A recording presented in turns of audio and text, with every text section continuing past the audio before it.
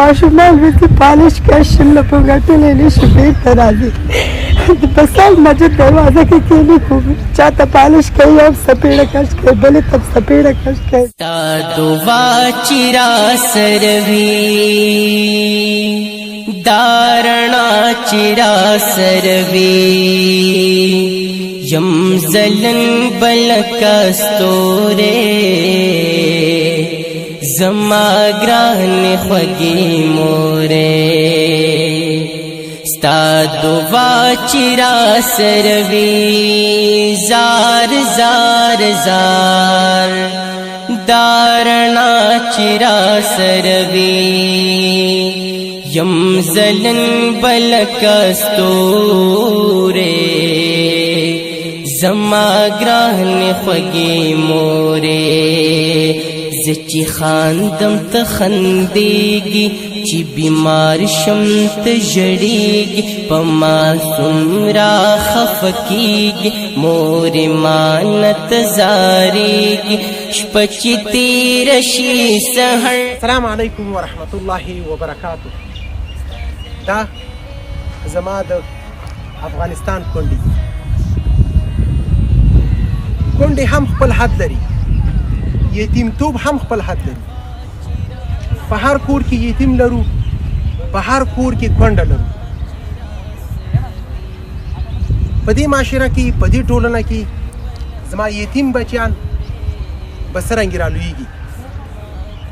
داسې بدرنګ وخت راغلی دی چې زما د یتیمو بچیانو ژوند په خطر کې دی. هغه یتیم بچیان چې پلار یې نشته،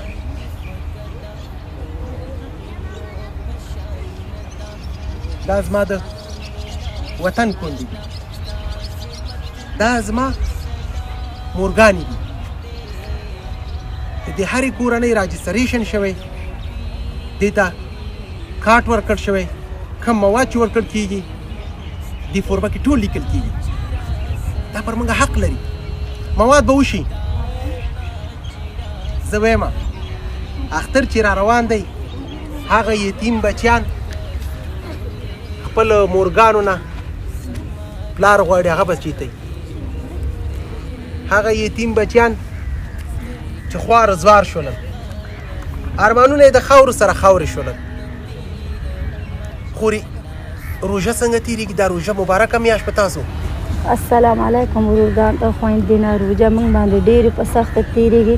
څلور ماشومان لرم، خپله پونډه یم سرتورې پایه کوڅه کې زما بیړو په رسېدلی په باب وجه باندې ماشومان ورته پالش کړي شل په ګټلې نشي بیرته راځي د سال مسجد دروازه کې کېني خو چاته پالش کوي او سپېړه کش کوي بلې ته سپېړه کش کوي. رڼا چې را سروي یم زلن بلکا ستوره زما گران خوږی موره سترګې تا ته مې غړېږي پتا سترګې مې خوږېږي پتا زړه مې ټکورېږي تا ته زړه مې خوشحالېږي ستا خبرې مې منالي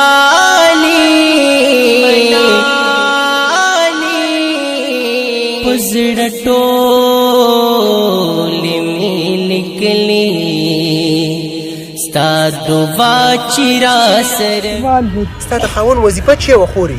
وظیفه نه و، غریب کار و ورېره. څه کار یې و؟ اطفایي کوڅه کې څه کول چې بم پې واړو؟ رکشه چلوله. رکشه یې چلوله؟ او رکشه کې په بم واړو.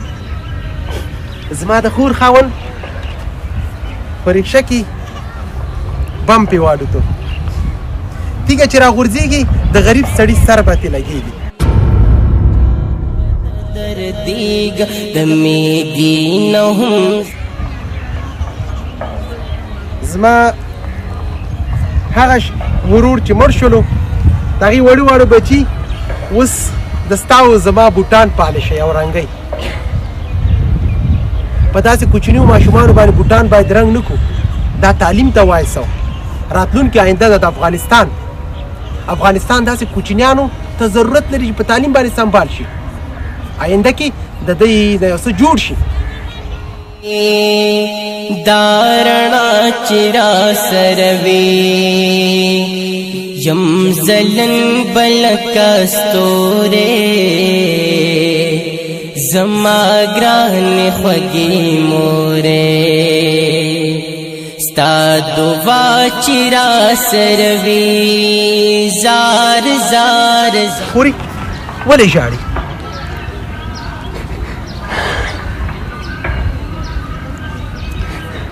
ولې به نه ژاړو ورور؟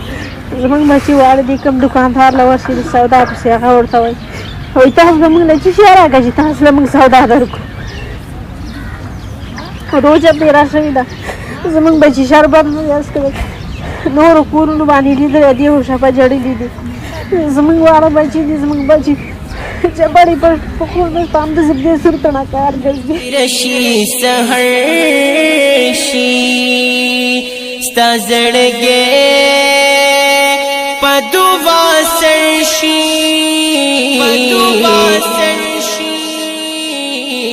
ستا دعا چې را سره وي دارنا چې را سره وي یم زلن بلکستوره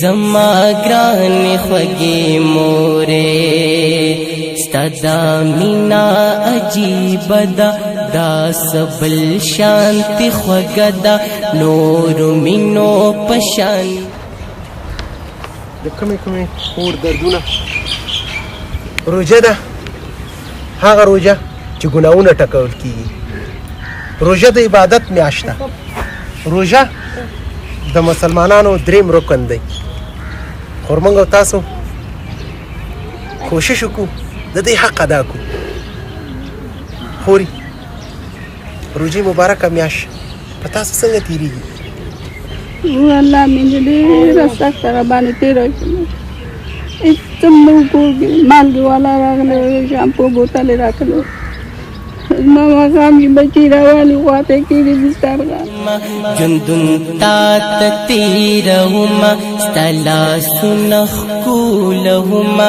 تا ته ځان لوګی کومه چې تا ووینم تازه شم زروخا نپل وششم ستا دعا چې را سره وي زار زار زار بس زما د خورګانو دردونه زیات شو مور مې وایي زه د شربت په ارمان یم چې روژه ورسره ماته کړم زما بچیان د مالګې سره ډوډۍ وخوري او زموږ او ستاسو د مسلمانانو ورونه چې د مسلمانۍ دعوې کوو دسترخوانونه ډېر اوږد وغځېږي رقم خوراکونه پکې وي صحیح ده خو د دې هم پر موږ حق دی حق یې ادا کوئ په خپل لاس یې ادا کوئ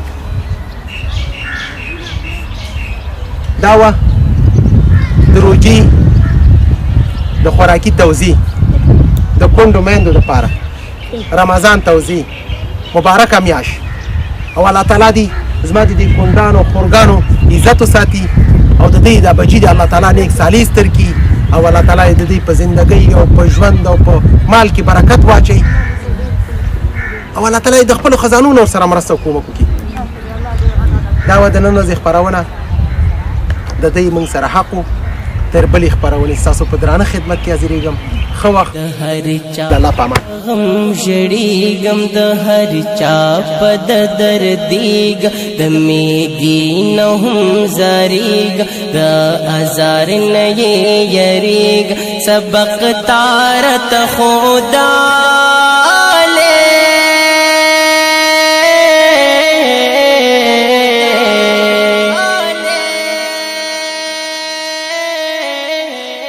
زما مور نازولې ستا دعا چې را سره وي دارنا چې را سره وي